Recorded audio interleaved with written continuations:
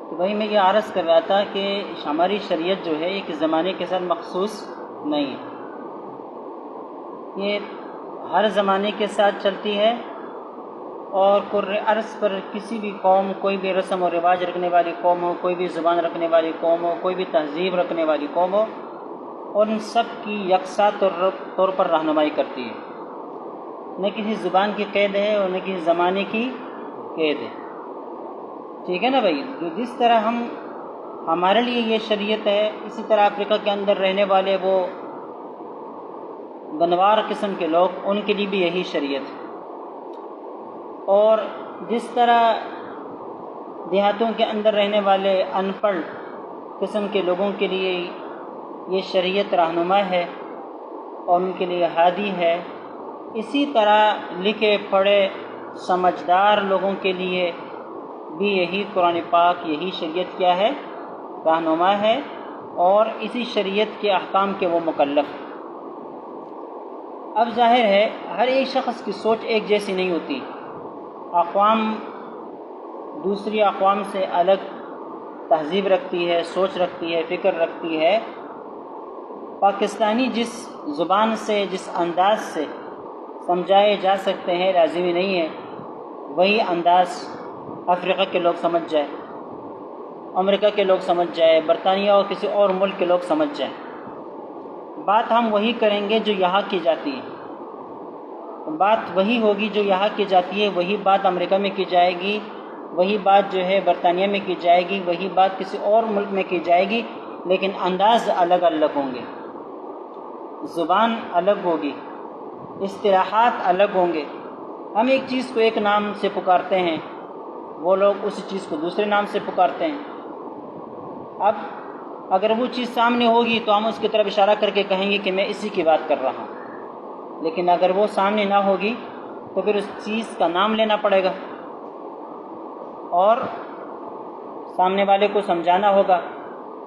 جس بنا پر، جس بنیاد پر وہ آپ کے ساتھ بات کرے گا، اسی بنیاد پر آپ کو بات کرنی ہوگی۔ تو یہ چیزیں اب ظاہر ہے، نماز ہے، اس میں کوئی تبدیلی نہیں۔ دور نبوی میں جو نماز تھی وہ آج بھی ہے۔ کوئی دیہاتی گنوار نماز پڑھتا ہے بالکل اس طریقے پر پڑھے گا جس طرح ایک عالم، ایک مفتی اور ایک جو ہے لکھا پڑھا انسان، اس میں کوئی تبدیلی کسی کے لیے نہیں۔ یہی معاملات زکوٰۃ کے ہیں، یہی بات روزے سے متعلق ہے، ٹھیک ہے بھائی؟ یہی حالت حج کی ہے۔ اب کوئی حج کہاں سے بھی کر رہا ہو، کہیں سے بھی وہ آ رہا ہو، لیکن وہ وہی فرائض، وہی واجبات اور وہی سنن وغیرہ کا اہتمام کرے گا جو مکہ کے لوگ کرتے ہیں، جو مدینہ کے لوگ کرتے ہیں، جو یہاں کے لوگ کرتے ہیں۔ جو مشرق والے کرتے ہیں وہی مغرب والے کریں گے، جو جنوب والے کرتے ہیں وہی شمال والے کریں گے، اس میں کوئی فرق نہیں ہے۔ سمجھ گئے نا؟ اصطلاحات بھی اکثر اور بیشتر ایک ہی ہے۔ دنیا کی کسی بھی زبان میں نماز کو نماز ہی کہا جاتا ہے، صلاۃ کا لفظ استعمال ہوتا رہتا ہے۔ آپ کسی انگریز کو کہہ دے صلاۃ، وہ بھی سمجھ جائیں گے۔ وہ بعض اصطلاحات میں فرق ہو سکتا ہے، ایسا نہیں کوئی وہ نماز کو بعینی ہی نماز ہمیشہ کے لیے ہر کوئی کہتا ہو سکتا ہے ان کے نزدیک نماز کا کوئی اور نام ہو، زکوٰۃ کا کوئی اور نام ہو، حج کا کوئی اور نام ہو۔ اس طرح عبادات کی جو ذیلی چیزیں ہیں، فروعی چیزیں ہیں، ان کے الگ الگ نام ہو، کوئی اس میں اختلاف نہیں ہے، لیکن نوعیت سب کی ایک ہوگی۔ وہ نماز کو کچھ بھی کہے لیکن ہوگی یہی، زکوٰۃ کو وہ کوئی بھی نام دے دے لیکن ہوگی یہی، روزے کا وہ کوئی بھی نام رکھے لیکن ہوگا یہی معاملہ حج کا ہے۔ اب سمجھ گئے؟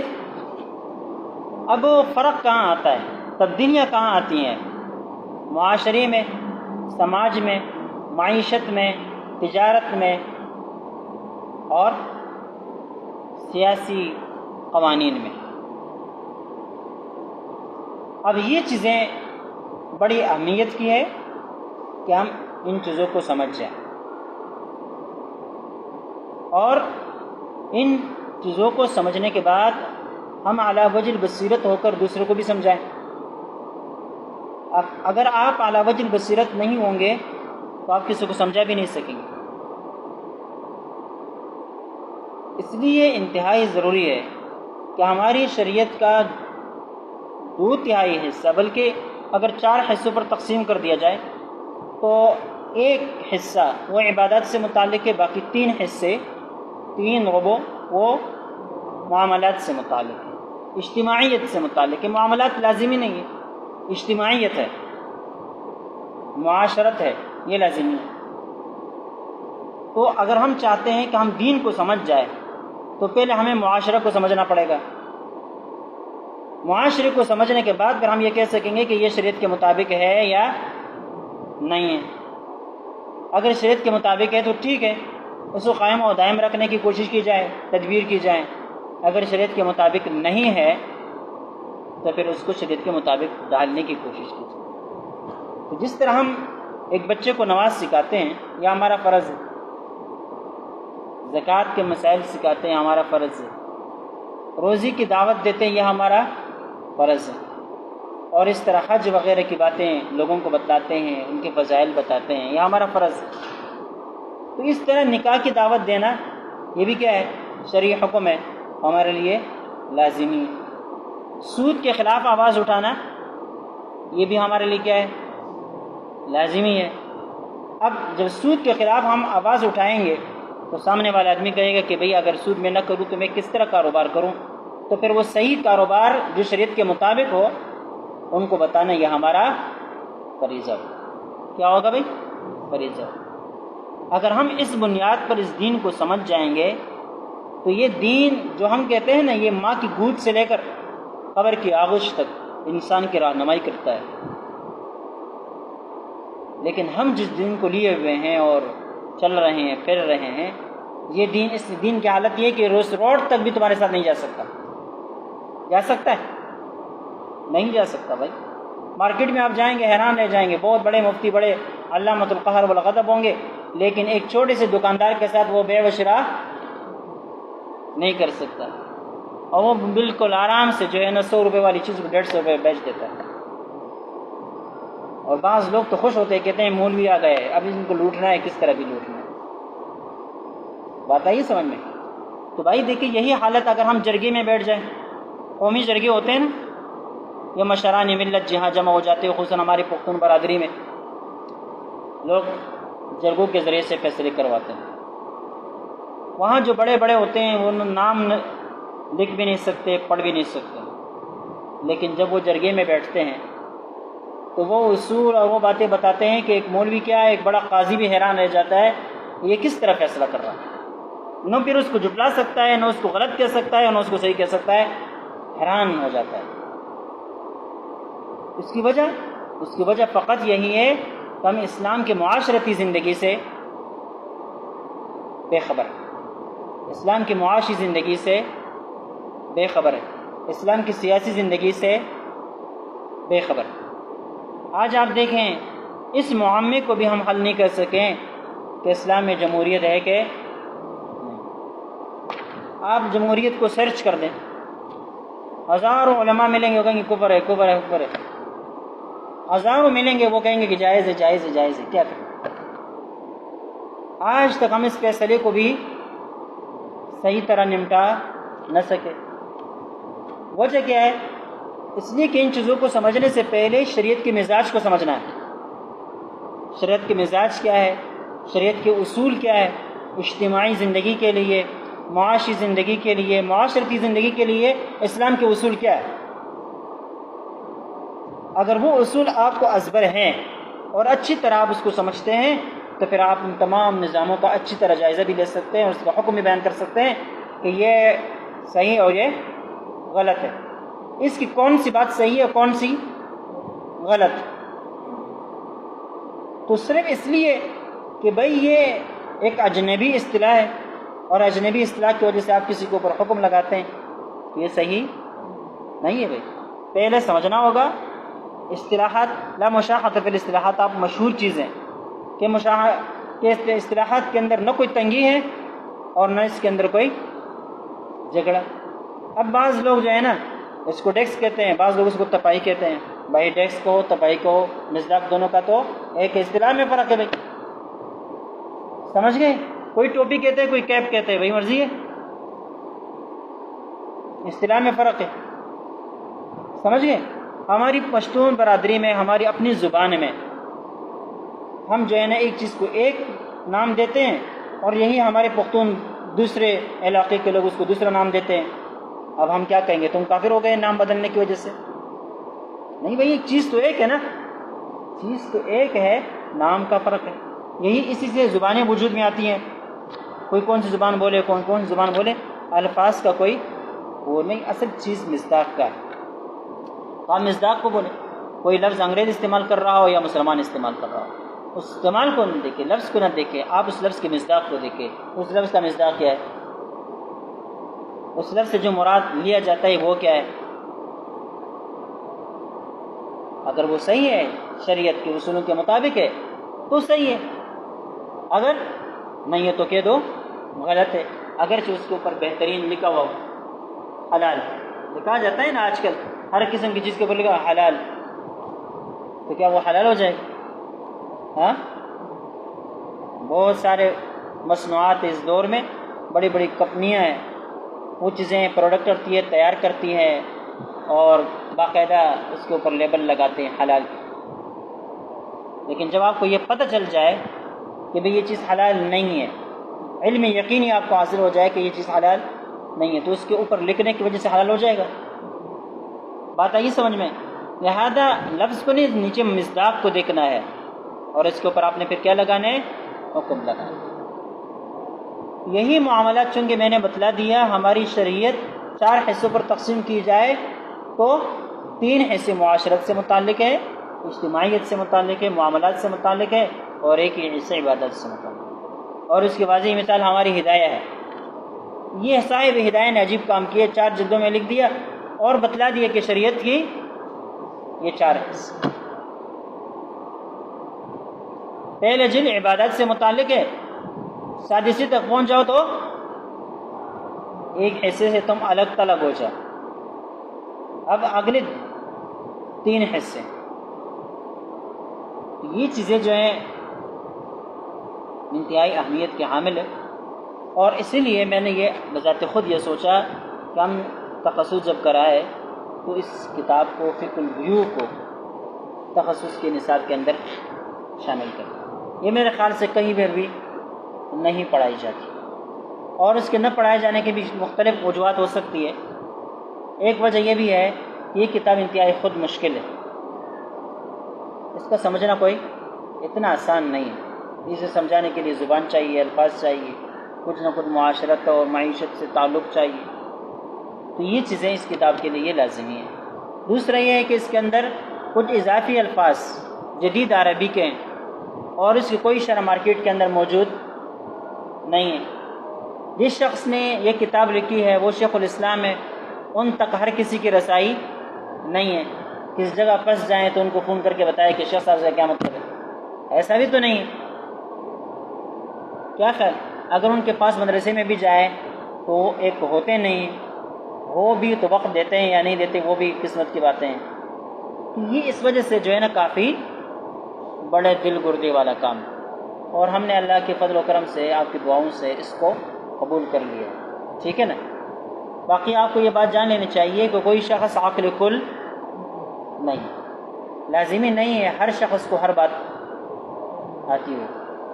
یہ فقہ البیوع شیخ الاسلام مولانا محمد تقی عثمانی صاحب نے لکھی ہے، اور اگر آپ البلاغ اٹھائیں گے گزشتہ 1 سال کے یا 2 سالوں کے البلاغ، تو اس میں جگہ جگہ آپ کو مضامین نظر آئیں گے کہ اس کے اندر غلطیاں ہیں، اور وہ غلطیوں کی تصحیح کرتے چلے جاتے ہیں۔ کیا ہے؟ غلطیوں کی تصحیح کرتے چلے جاتے ہیں۔ بھائی لکھ لیتے ہیں، بعد میں پتہ چل جاتا ہے کہ بھائی میں نے غلطی کی، تو وہ بھی رجوع کر لیتے ہیں، کوئی مسئلہ تو یہ للہیت کی نشانی ہے۔ اگر آپ کو اپنی غلطی کا پتہ چل جائے تو کھلے دل سے اعتراف کر لو۔ اگر ہم جو ہے نا یہی صفت جو ہمارے اکابر کے اندر موجود ہے، اس صفت کو اپنائیں تو یہ جو ہمارے یہ مناظرے اور ہمارے یہ جھگڑے اور ہمارے یہ اختلاف خود بخود کیا ہو جائیں گے؟ ختم ہو جائیں گے۔ لیکن ہم ایسا نہیں کرتے۔ مفتی صاحب کی باقاعدہ غلطہائے مضامین کے نام سے البلاغ میں مضمون چپتا تھا، اور اب اس کا نام بدل دیا ہے اصلاح کے نام سے، اصلاح یا اغلاط یا اس طرح کوئی جو ہے عنوان انہیں قائم کیا ہوا۔ ہر مہینے میں جو البلاغ آتا ہے آپ دیکھیں کسی نے کسی مضمون کے اوپر کسی نے کوئی اعتراض کیا ہوگا اور حضرت نے یا تو اس کا جواب دیا ہوگا کہ میری مراد یہاں پر یہ ہے، اس کا یہ مطلب ہے، یا تو وضاحت کی ہوگی یا بتایا ہوگا کہ مجھ سے غلطی ہو گئی۔ اصلاحی مضامین کے نام سے بات سمجھ میں آئی نہیں آئی؟ تو یہ ہے للہیت، یہ ہے عظمت۔ میں ہماری جو ہے 2018 میں ہم وہاں KPK گئے ہوئے تھے تو مفتی غلام الرحمان صاحب سے ملاقات ہوئی، تو چونکہ وہاں پر بھی میرے پاس دارالفتہ کی ذمہ داریاں تھیں تو میں نے ان سے یہ پوچھا کہ حضرت مجھے ایک نصیحت کر دیجئے اس لیے کہ میں دارالفتہ سے وابستہ ہوں۔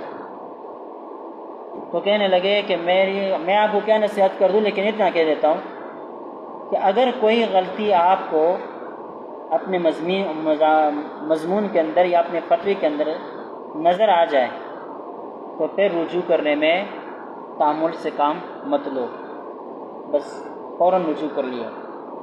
اب بات سمجھ میں نہیں؟ تو یہ اس بات کی نشانی ہے اور دلیل ہے کہ کوئی شخص عاقل کل نہیں۔ بہت ساری چیزیں ایسی ہیں جو آپ کے مطالعے میں ہوں گے، ہمارے مطالعے میں نہیں ہوں گی، کچھ چیزیں ایسی ہوں گی جو ہمارے مطالعے میں ہیں، آپ کے مطالعے میں نہیں۔ تو یہ تکرار کا معاملہ چلتا رہتا ہے، ٹھیک ہے نا؟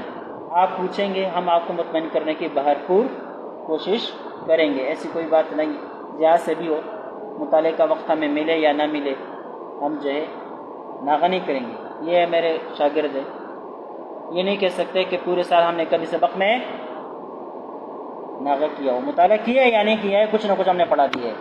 البتہ اگر انہوں نے خود مجھے پکڑ لیا کہ بھئی آج نہیں پڑھنا ہے تو وہ الگ مسئلہ ہے، سمجھ رہے ہو؟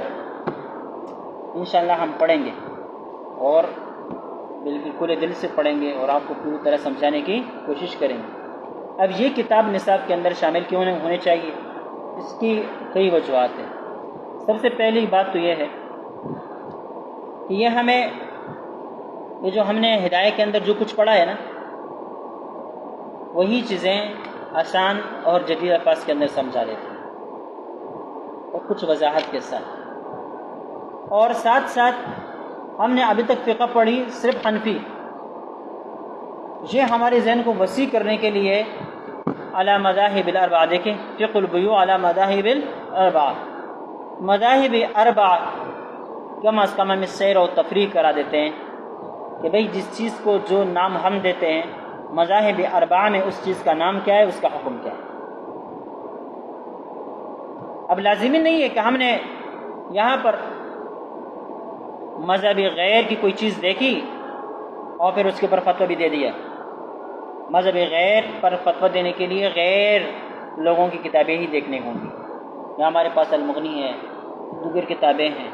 اگر کوئی ایسا موقع آ جائے، آپ کے پاس کوئی شخص کوئی حوالہ لے کر آ جائے امام احمد بن حنبل کا، امام مالک رحمہ اللہ کو، ان کے مسلک کا، تو ان کا فیصلہ ہم اپنے ہدایت سے نہیں کریں گے، ان کا فیصلہ ہم اپنے بدائع و صنائع سے نہیں کریں گے، ان کا فیصلہ ہم کسی اپنی کتاب سے نہیں کریں گے، ان کا فیصلہ ہم ان کی کتابیں دیکھ کر کریں گے کہ واقعتاً یہ بات وہاں موجود بھی ہے کہ نہیں، یہ ان کا مسلک بھی ہے کہ نہیں۔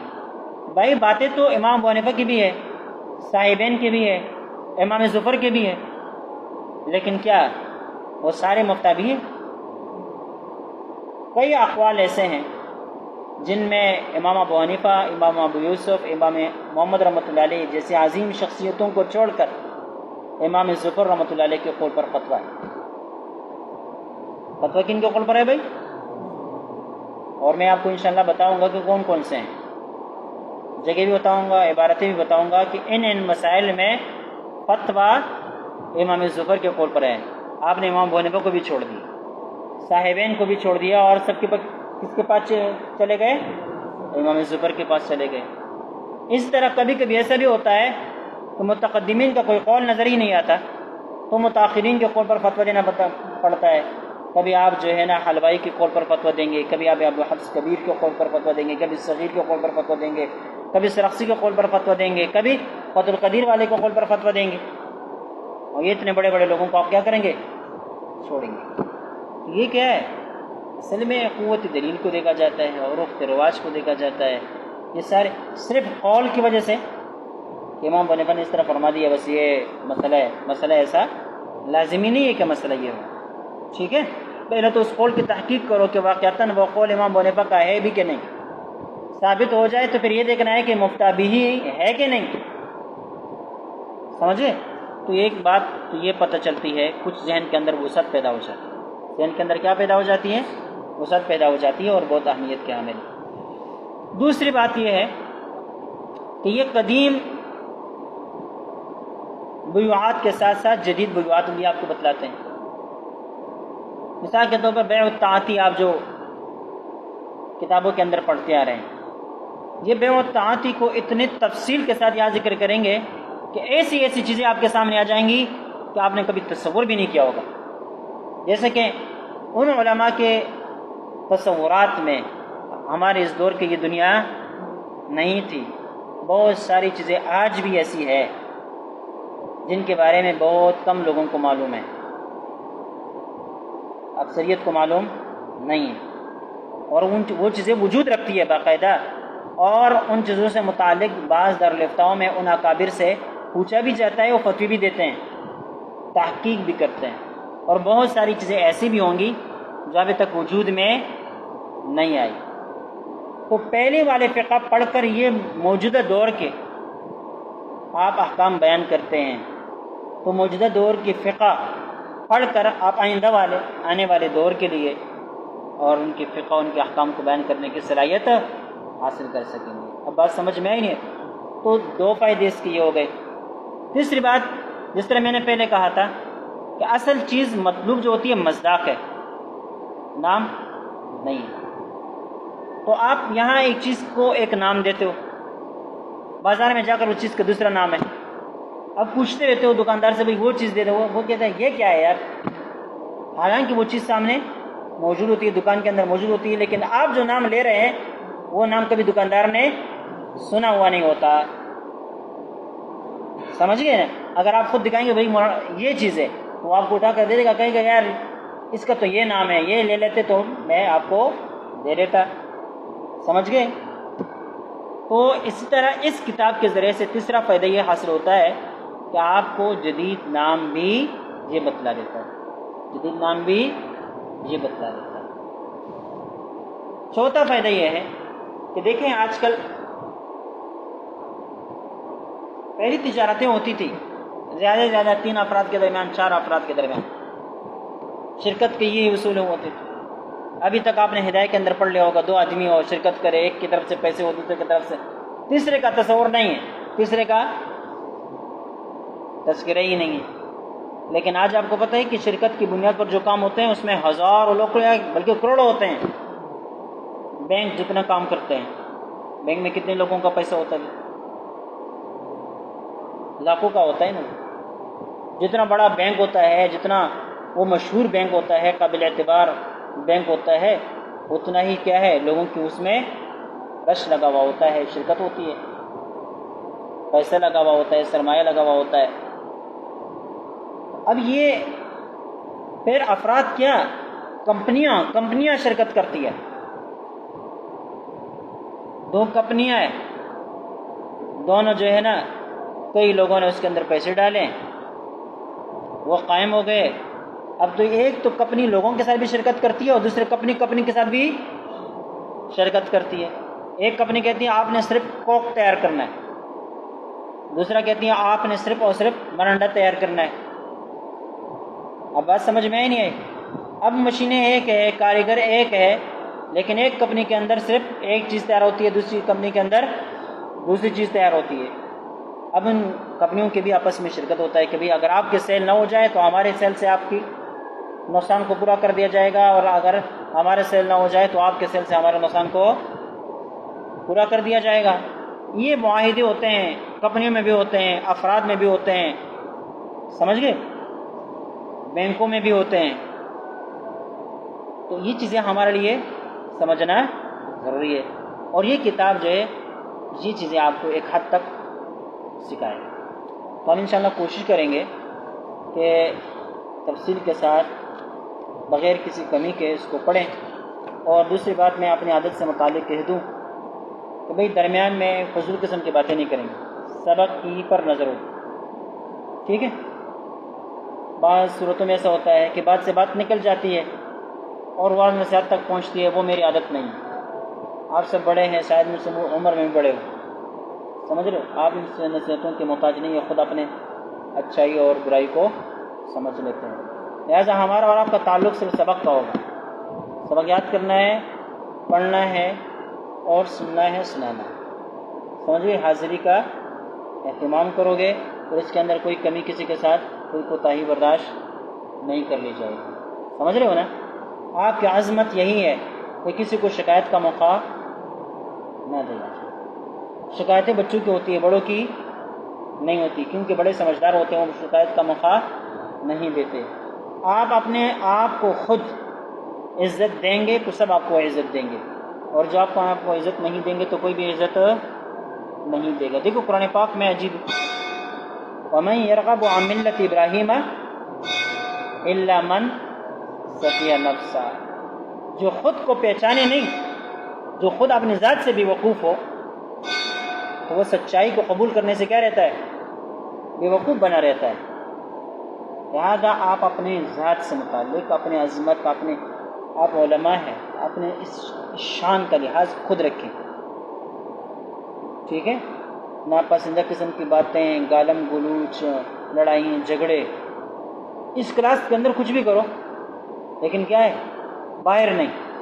مثال کے طور پر اگر استاد نہیں ہے، چھٹی کا وقت ہے، آپ بیچ میں بیٹھ کر گپ شپ لگاتے ہیں، مسئلہ نہیں، لیکن جیسے باہر نکل جاؤ تو گویا کہ دنیا کا سارا بوجھ آپ کے سر پر آپ پڑا، اور اب جو ہے نا سنبھل کر چلنا، ٹھیک ہے؟ تو مفتی نظام الدین شاہ مزئی رحمۃ اللہ علیہ کو کسی نے شکایت لگائی کہ یہ مولوی حضرات جو ہے نا مسجد کے اندر بیٹھ کر ایسی گپے لگاتے ہیں، تو جو باہر کے لوگ اس کو کفر سمجھیں گے۔ کیا سمجھیں گے؟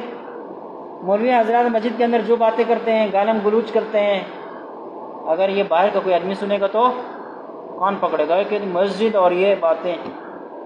لیکن شیخ صاحب نے کہا کہ بھئی ہماری تو یہی ایک جگہ ہے، ہماری تو یہی ایک جگہ ہے، باہر تو ہم بتکلف شیخ بنے ہوئے ہوتے ہیں، مفتی بنے ہوئے ہوتے ہیں، اور کیا پتہ نہیں کیا کچھ بنے ہوئے ہوتے ہیں، سمجھ گئے نا؟ یہ چیزیں خود اپنے اندر پیدا کرنی ہوتی ہے، ٹھیک؟ اپنا لحاظ، اپنی عزت خود رکھیں، انشاءاللہ آپ کا وقت بھی ضائع نہیں جائے گا اور آپ باعزت بھی رہیں گے۔ ابھی یہ کتاب ہم پڑھیں گے، مقدمہ۔ الباب الاول فی حقیقت البیع وطرق انعقاده، تعریف البیع ورکنه واحکام الاجاب والقبول۔ المبحث الاول فی تعریف البیع ورکنه۔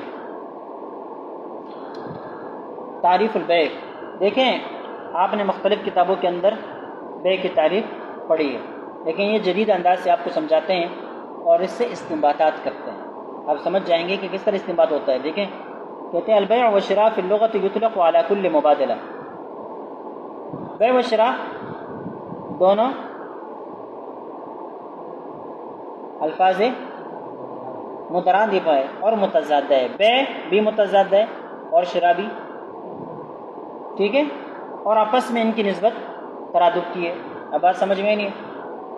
کہتے ہیں یطلق علی کل مبادلۃ، ہر مبادلے پر اس کا اطلاق ہوتا ہے، سواء اکان مبادلۃ للمال بالمال او من غیرہ، چاہے مال کا تبادلہ مال کے ساتھ ہو یا غیر مال کا تبادلہ غیر مال کے ساتھ ہو یا غیر مال کا تبادلہ مال کے ساتھ ہو، تین صورتیں ہو سکتی ہے۔ اس کو کہتے ہیں لغت کے اعتبار سے بیع و شراء۔ کیا کہتے ہیں؟ لغت کے اعتبار سے اس کو بیع بھی کہا جا سکتا ہے، شراء بھی کہا جا سکتا ہے۔ شراء کا مطلب خریدنا بھی ہے، فروخت کرنا بھی ہے، بیع کا مطلب بھی خریدنا اور فروخت کرنا دونوں ہے۔ لیکن کسی کا اطلاق زیادہ تر کس پر ہوتا ہے؟ شراء کا زیادہ تر خریدنے پر، اور بیع کا زیادہ تر اطلاق فروخت کرنے پر ہوتا ہے۔ اب بات سمجھ میں نہیں ہے؟ یہی وجہ ہے کہ خریدار کو مشتری کہا جاتا ہے اور بیچنے والے کو بائع کہا جاتا ہے، ورنہ لغوی اعتبار سے تو ایک جیسے ہیں۔ اب بات سمجھ میں نہیں ہے؟ لیکن فرق کرنے کے لیے زیادہ تر استعمال کی بنا پر جو ہے ان کا استعمال اس طرح ہوتا ہے. کہتے ہیں سواء اکان مبادلۃ بالمال بالمال ام بغیرہ، چاہے مال کا تبادلہ مال کے ساتھ ہو یا مال کا تبادلہ مال کے علاوہ کسی اور چیز کے ساتھ ہو. اب مال کا تبادلہ غیر مال کے ساتھ کیسے ہو سکتا ہے؟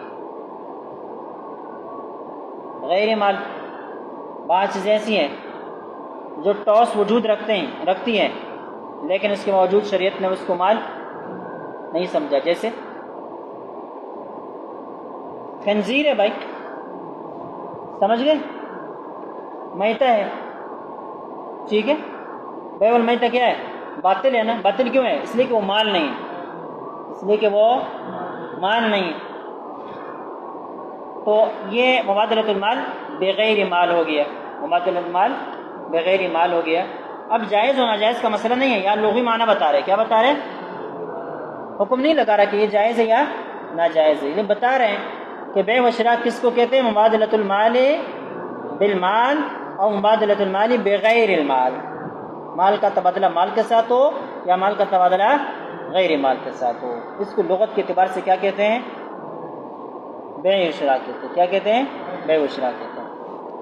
کہتے ہیں وَلِذَلِكَ أَشَارَ الْعَلَّامَةُ علی حیدر. یہ علی حیدر جو ہے نیچے خود حاشیے کے اندر لکھا ہوا ہے درر الحکام شرح مجلۃ الاحکام. یہ ایک کتاب کی مصنف ہے.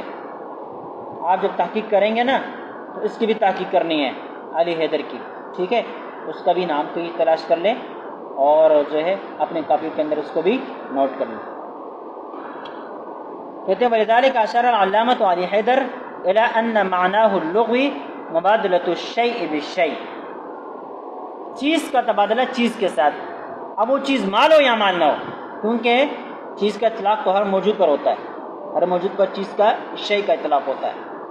اب معدوم پر ہوتا ہے یا نہیں ہوتا، وہ علم کلام کے طویل بحث ہے کہ معدوم چیز کو شے کہا جا سکتا ہے یا نہیں کہا جا سکتا. کوئی کہتا ہے کہا جا سکتا ہے، کوئی کہتا ہے نہیں کہا جا سکتا، وہ الگ مسئلہ ہے. لیکن موجود چیز کو تو شے کہا جاتا ہے بالاتفاق. اب وہ مال کی حیثیت وہ چیز رکھتی ہے یا نہیں رکھتی، اس کے ساتھ کوئی سروکار نہیں ہے. لہذا مبادلۃ الشیء بالشیء کا لفظ بولنا یہ زیادہ عام ہے مبادلۃ المال بالمال کے لفظ سے. اس لیے بعض چیزیں شے تو ہیں، مال نہیں. تو مبادلۃ المال بالمال والی تعریف ان کے اوپر صادق نہیں آتی. لیکن مبادلۃ الشیء بالشیء یہ تعریف مال اور غیر مال تمام چیزوں کی تبادلے کے اوپر صادق آتی ہے. لہٰذا یہ کیا ہے؟ عام ہے. سمجھ گئے؟ وَذَكَرُوا أَنَّ الْبَيْعَ مُشْتَقٌ مِّنَ الْبَاعِ.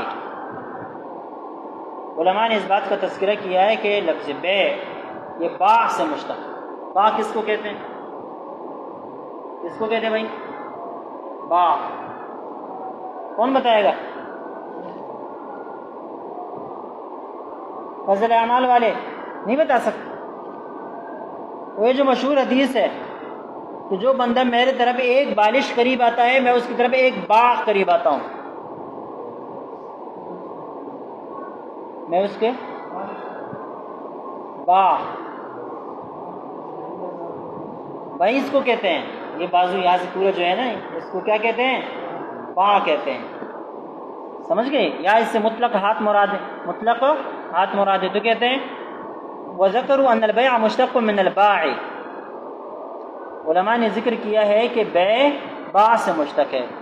کیوں؟ لِأَنَّ كُلَّ وَاحِدٍ مِّنَ الْمُتَعَاقِدَيْنِ يَمُدُّ بَاعَهُ. اس لیے کہ متعاقدین میں سے ہر ایک دوسرے کی طرف اپنے ہاتھ بڑھاتا ہے. ایک پیسہ دینے کے لیے اور دوسرے کیا ہے؟ سمجھ گئے؟ تو یہ کیا ہے؟ یمدو کل احد الغیر باعہ. ہر ایک جو ہے نا غیر کی طرف کیا کرتا ہے؟ اپنے ہاتھ پھیلاتا ہے. اس وجہ سے اس کو بیع کہتے ہیں. کیا کہتے ہیں؟ بیع کہتے ہیں. للأخذ والإعطاء، لینے دینے کے لیے، پیسے لینے کے لیے ہاتھ بڑھایا، دینے کے لیے بھی ہاتھ بڑھایا.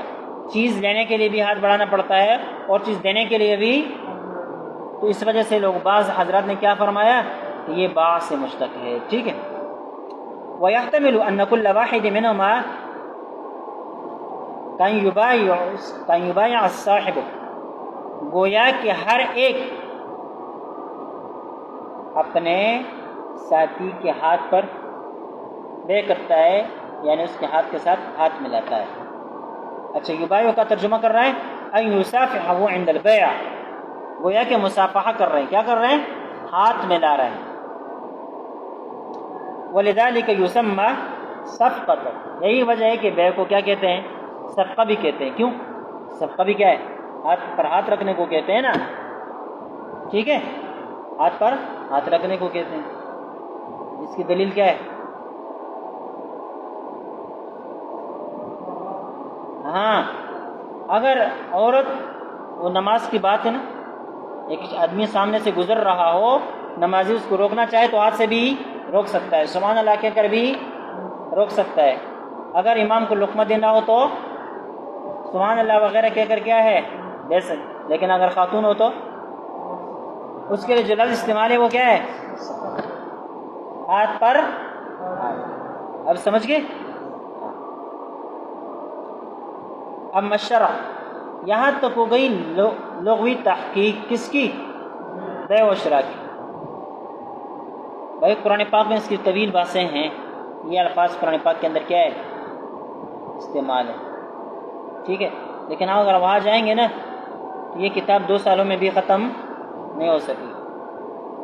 اما الشرع فقد خص من معناه اللغوي العام فجعله مقصورا على مبادلة المال بالمال على وجه الذي ينتقل به ملكية البدلين شرعا۔ کہتے ہیں لغوی معنی چونکہ اندر عموم ہے نا، اس عام معنی کے اندر تھوڑی سی تخصیص پیدا کر دی گئی، اس کو خاص کر دیا گیا، تو لغوی معنی سے شرعی معنی بن گیا۔ آپ کو پتہ ہے نا، ہر اصطلاحی معنی کے اندر لغوی معنی کا اعتبار ہوتا ہے۔ اصول فقہ میں آپ نے تفصیل کے ساتھ پڑھ لیا ہوگا، اب بات سمجھ میں نہیں ہے تو لغوی معنی کا اعتبار ہوتا ہے۔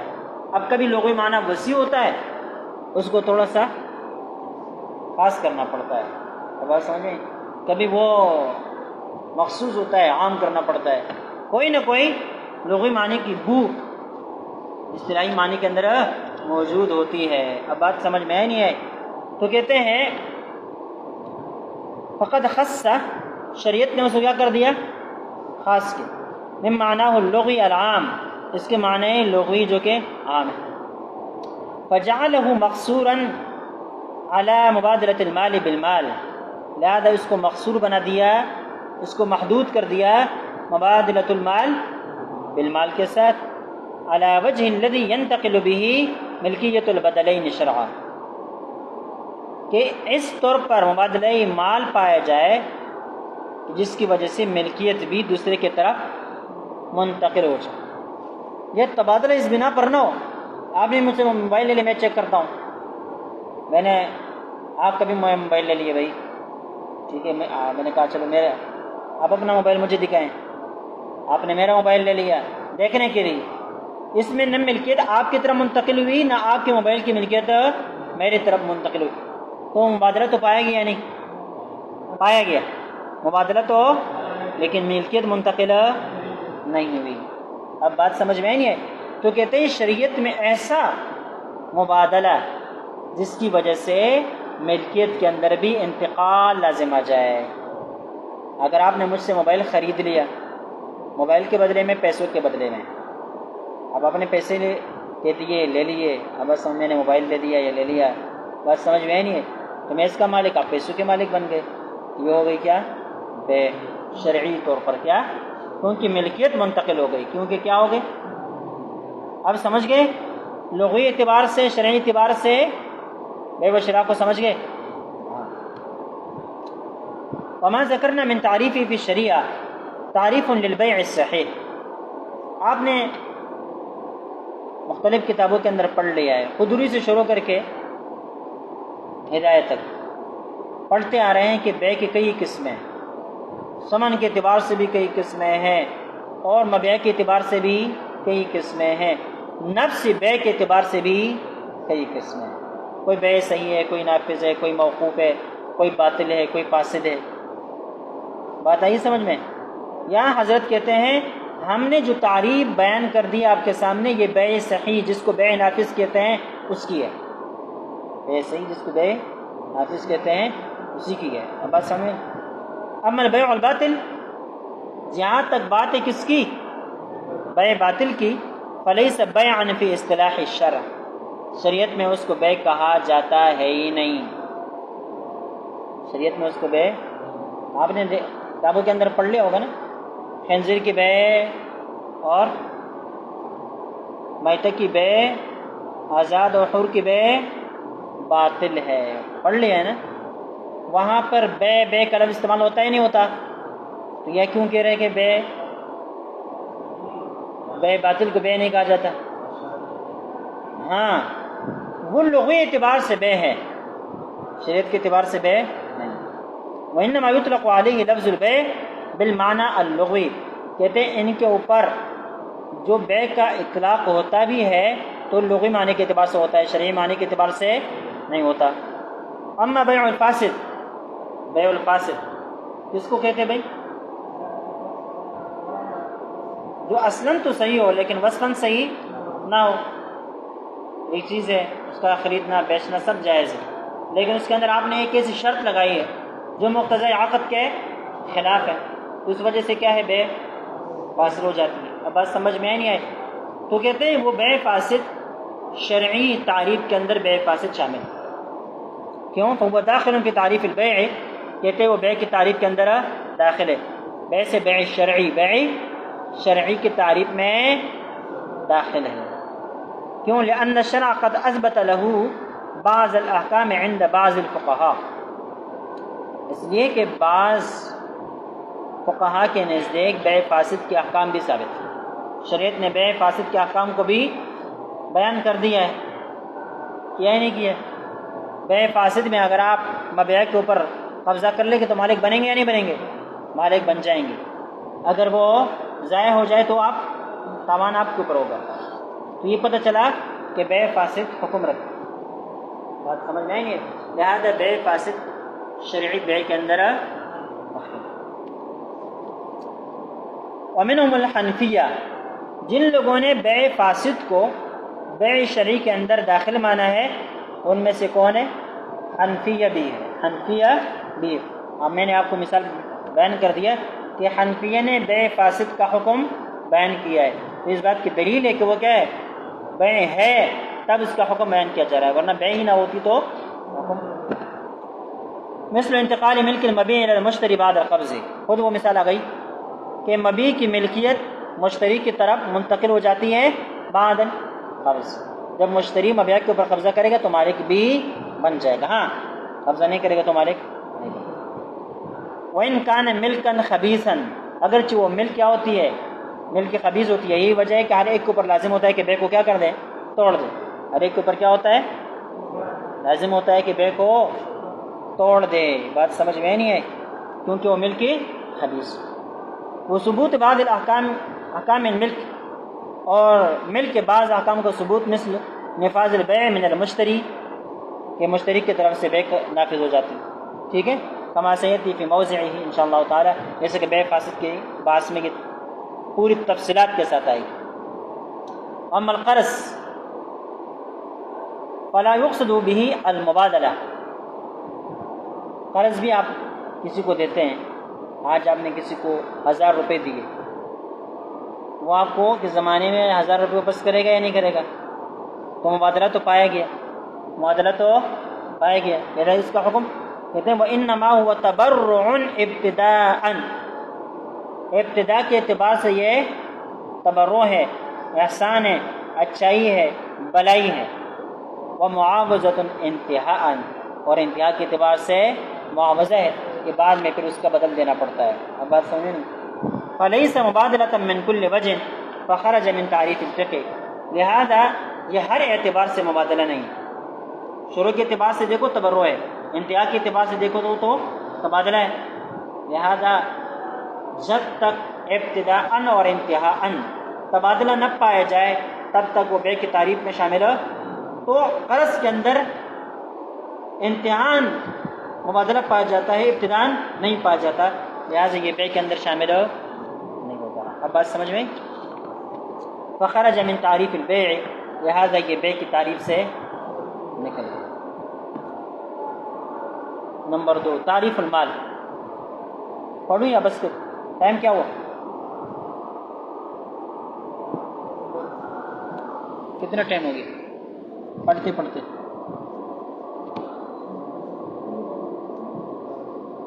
چلے صحیح، کافی سمجھ گیا انشاءاللہ۔ اس کو آگے سمجھ تو رہے ہو نا؟ کوئی اشکال تو نہیں ہے کسی کو؟ میری زبان سب کو سمجھ میں آتی ہے؟ ہاں آپ کو حضرت